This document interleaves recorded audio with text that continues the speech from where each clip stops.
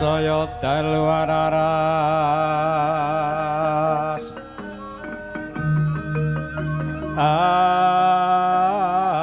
abyor sorot lintang kumedhap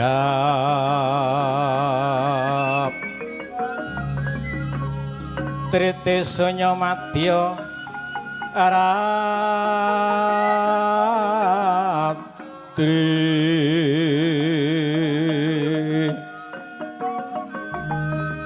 lumram kandaning puspita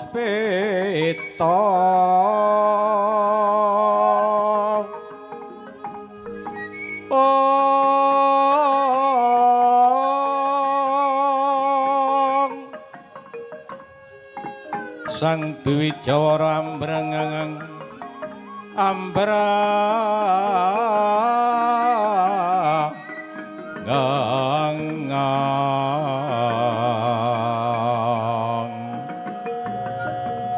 lir kumaraning madu bronto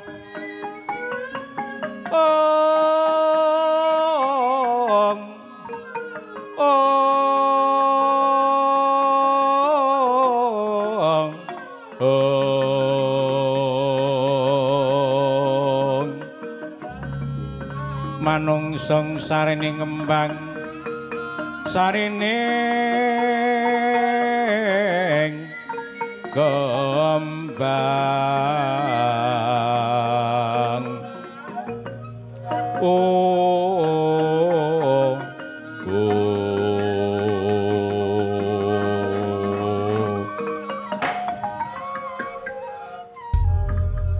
jagat dewa Bathara Manik raja dewaku mengkuto anakku Karna padha Basuki anggonmu tedhak aning negara Mandaraka mantuku Basukarna katampi mawi gelengtan kali dupinami sabdaipun Kanjeng Rama mboten kirang setunggal menapa kepareng putra dalem ngaturaken sembah sayagi kunjuk andhap padha mawantu-wantu Kanjeng Rama ya tak tampa kejaba ingkang sangka iku pangestunipun bapa enggal Tampanana kapundi wonten mestaka tumandung jaja andadosna berbudi bawa leksana mengkono Karna kejaba ingkang sangka iku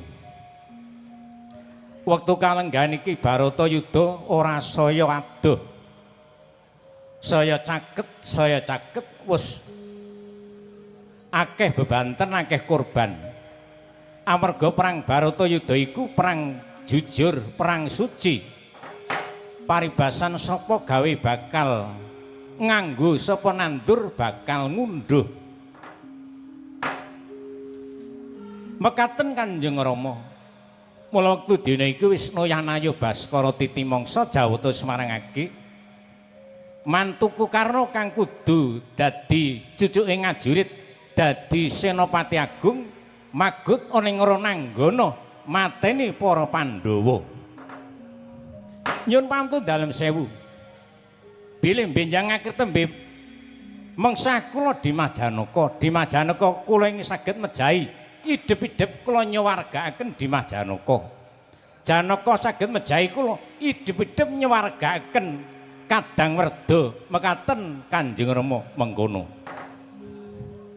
nanging nyuwun pantun dalem sewu sakderipun kula magut wonten Rananggana kula badhe manggi dhateng Patih Suradi Manggala supados nyuwunaken sedhah wangsul wonten ing pakuwon Randu Gunting manggi diajeng surti kanthi kula badhe nyuwun ganten utawi nyuwun kinang yen ngono wektu kalenggan iki enggal mangkata anakku Dipati Karna Om Karnaena panalingane ra lumajaring latri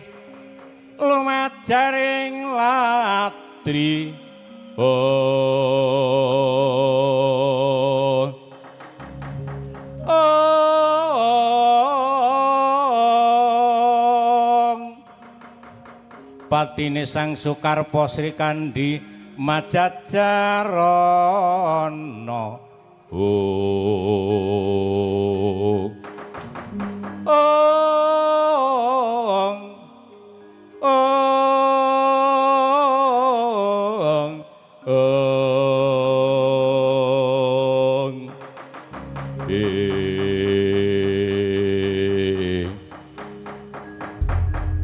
paring tambahing pangestu Kanjeng Rama Mara Sepuh sing ati-ati tak sangoni Basuki Rahayu lagumu Dipati Karna.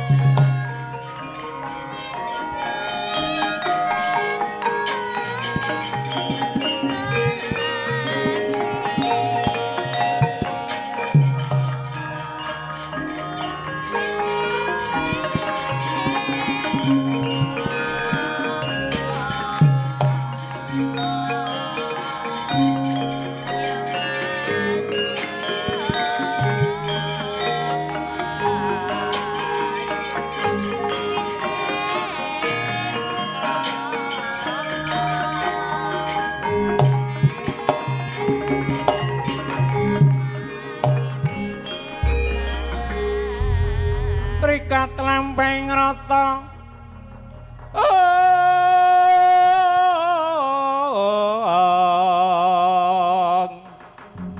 wis prateng sukoning ngarga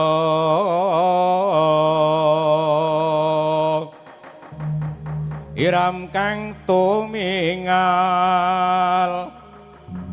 genggeng kadyarga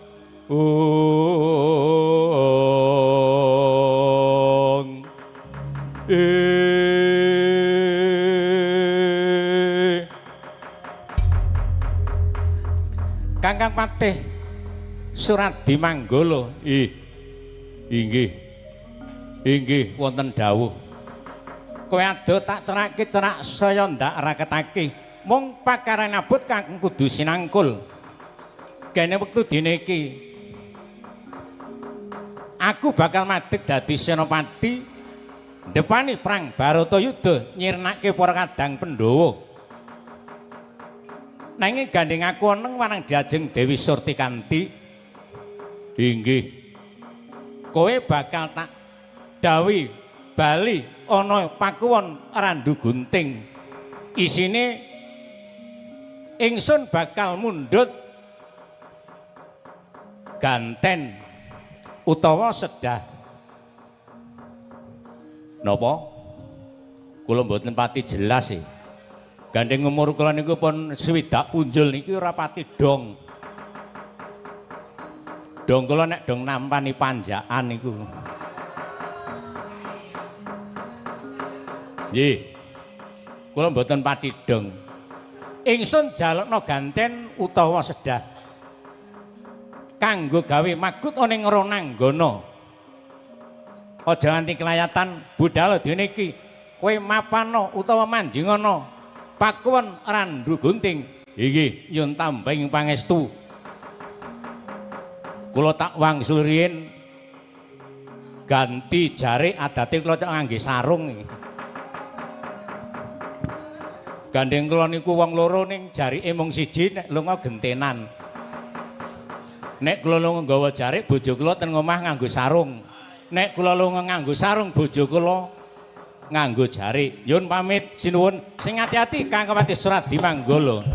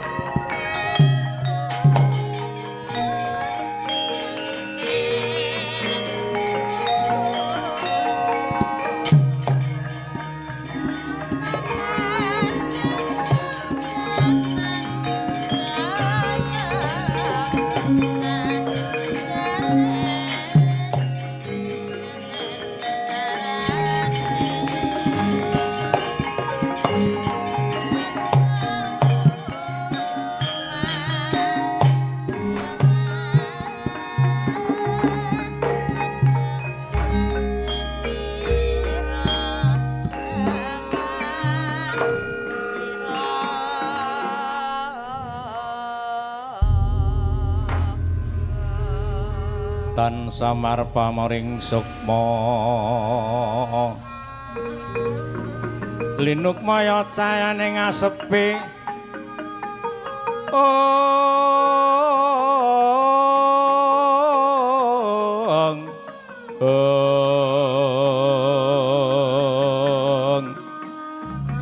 sinem telenging kalbu pambukaning warna liyep saking layap luyubing aluyub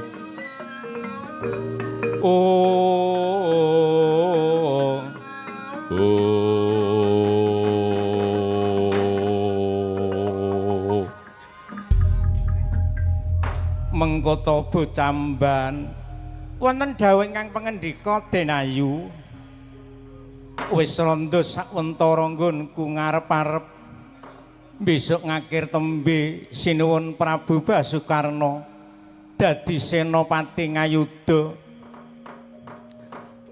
Mongko yen dadi senopati bakal dikeploki para dewa, para widodara widodari.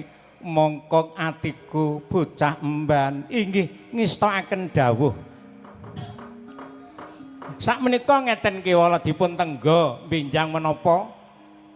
Ingkang raka Gusti Bendara Dipati Karna saged magut wonten ing Rananggana mengsah para Pandhawa saged unggul yudanipun mengkono bocamban. Monggo kula rewang-rewangi memuji dhateng Gusti ingkang akarya jagat.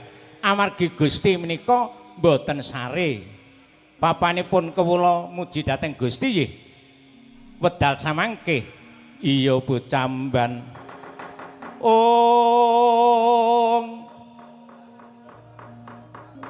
Wanudya ayutama ngambarum ngambararum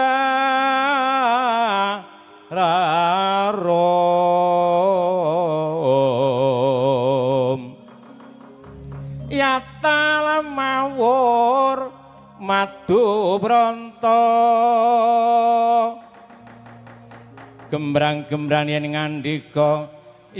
ngandika oh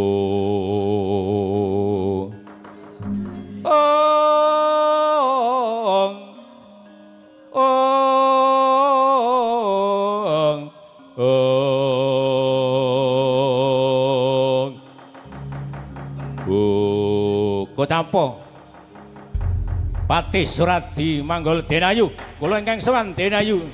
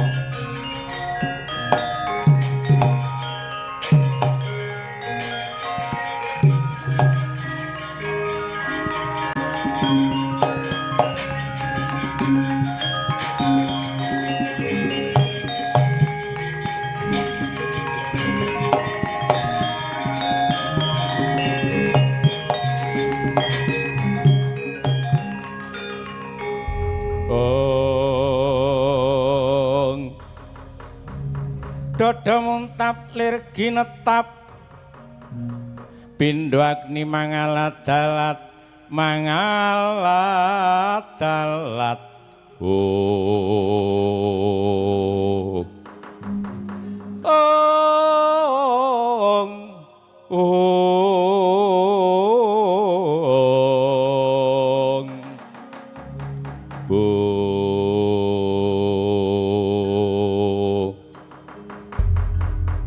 Bocamban wonten dawuh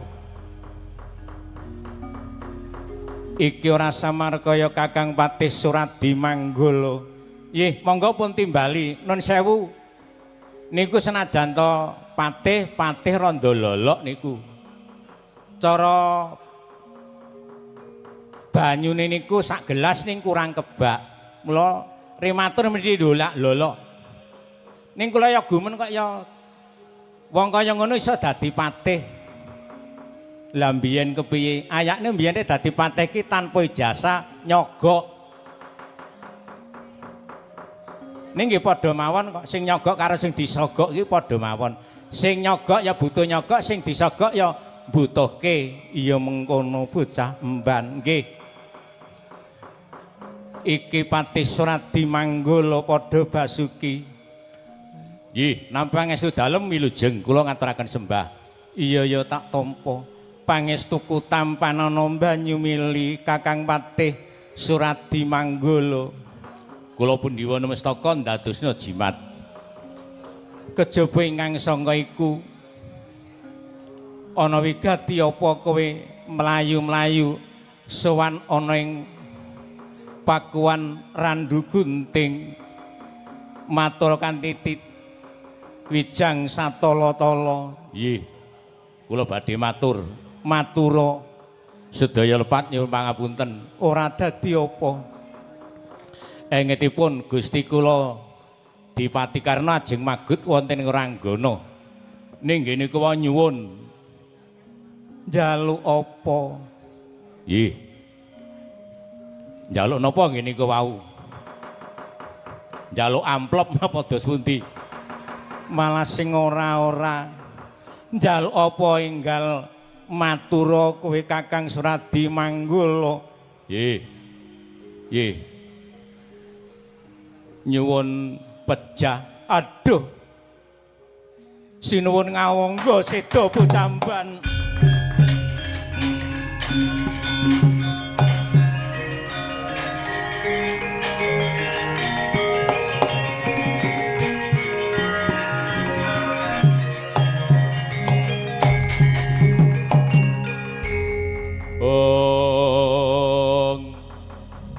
Wanudya Ayutawa ngambar rarum ngambar arum kanggo sumo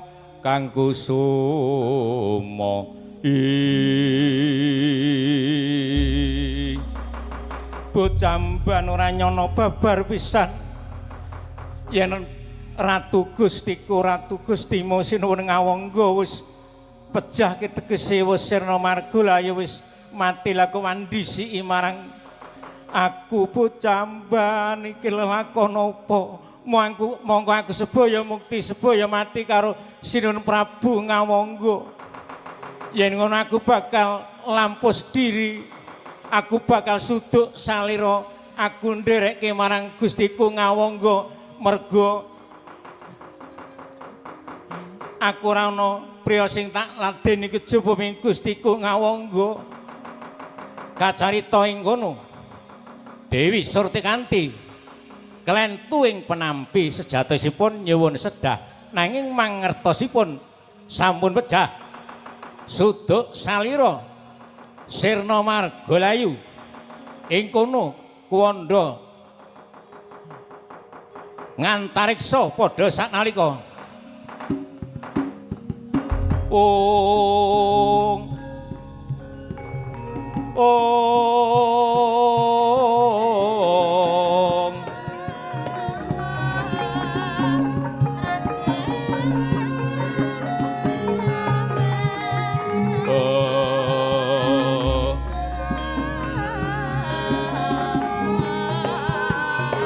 Suram-suram diwangkara kingkin lir manuswa kang layon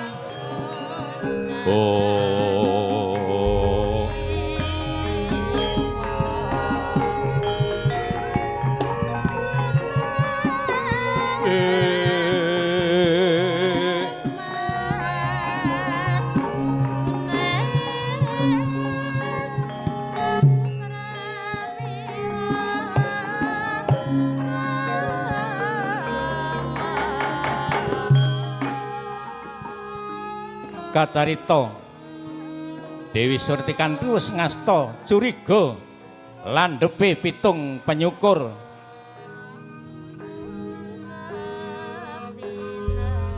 suduk salira sirna margalayu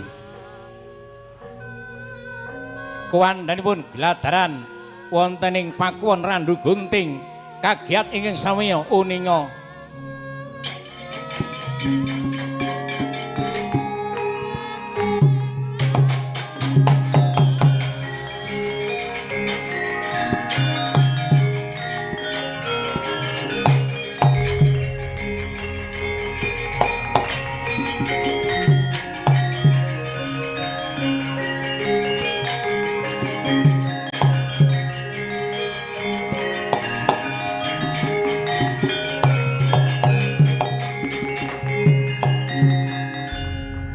ora karu-karan iki gaweane Patih Suradi Manggala nganti Gustiku tumeka pati Denayu kula nderek sinten Denayu Surtikanti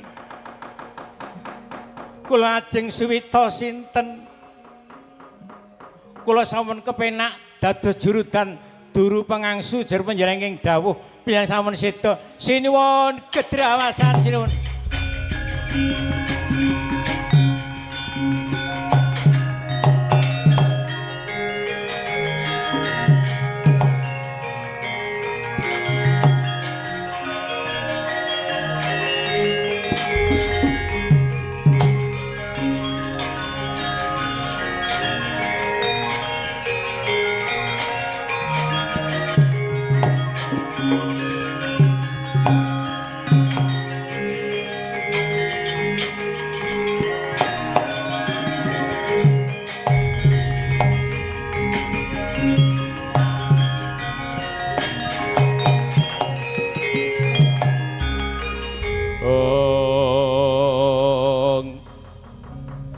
Kaya sinipe jaja bama winga-winga kumejot padoning lati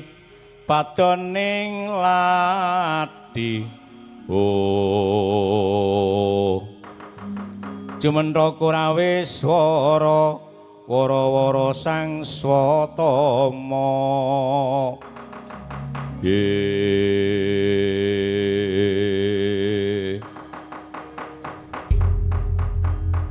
Bocamban kowe mlayu-mlayu ana wigati apa? Sinuwun ngaturaken kedrawasan kepiye?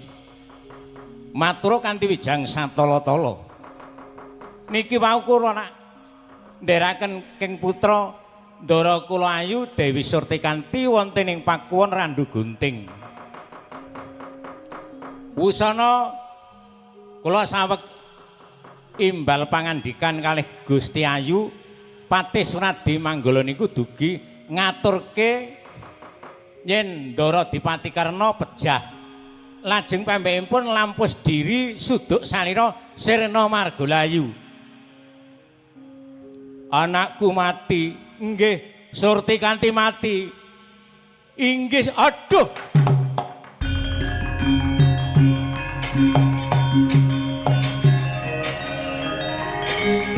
Surtikanti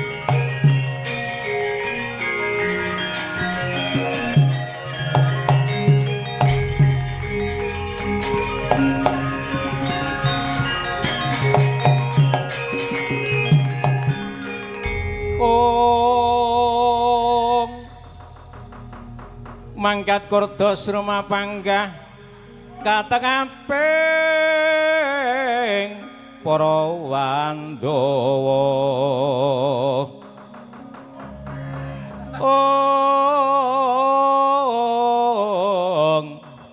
kata kaping para Wandawa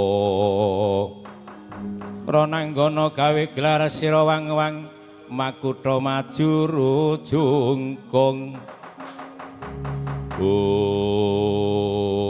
Sebab apa Bocamban anakku temeka mati pindhanana lehmu matur niki rak ngeten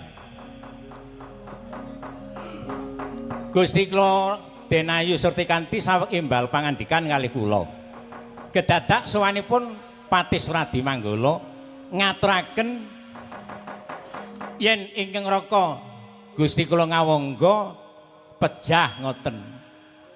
Lajeng pambekipun suduk salira lampus diri Sirna Margalayu.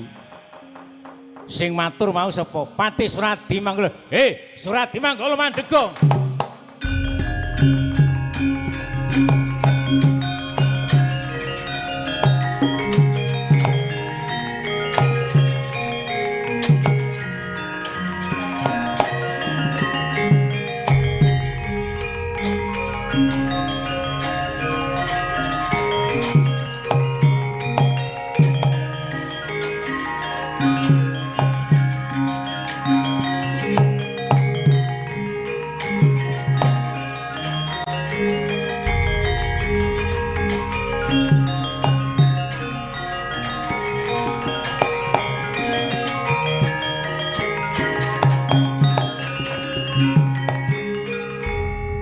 Dodo muntap lir ginetap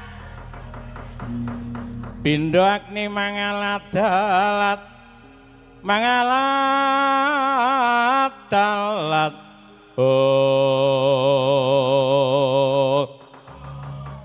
muka lir kabaranan pindho kembang ora waribang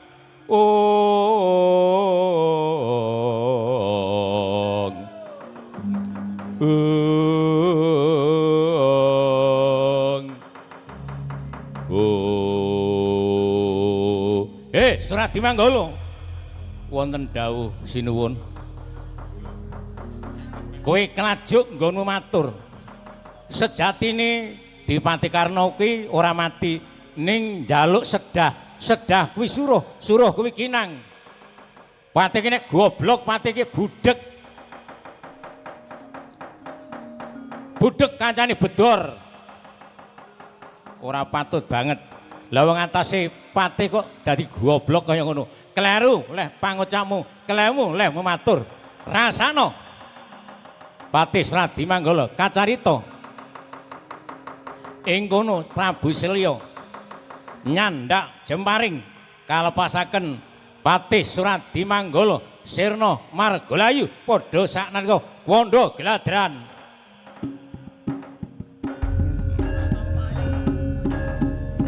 Ong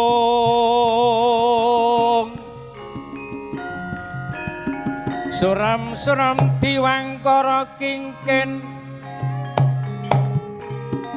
lir manuswa kang layon ilang sirna den nyemamanise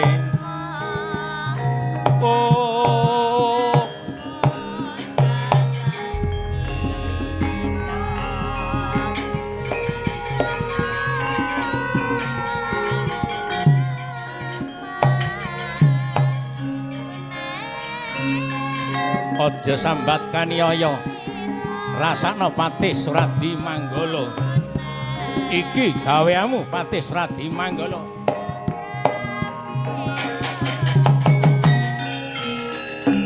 Waduh mati aku.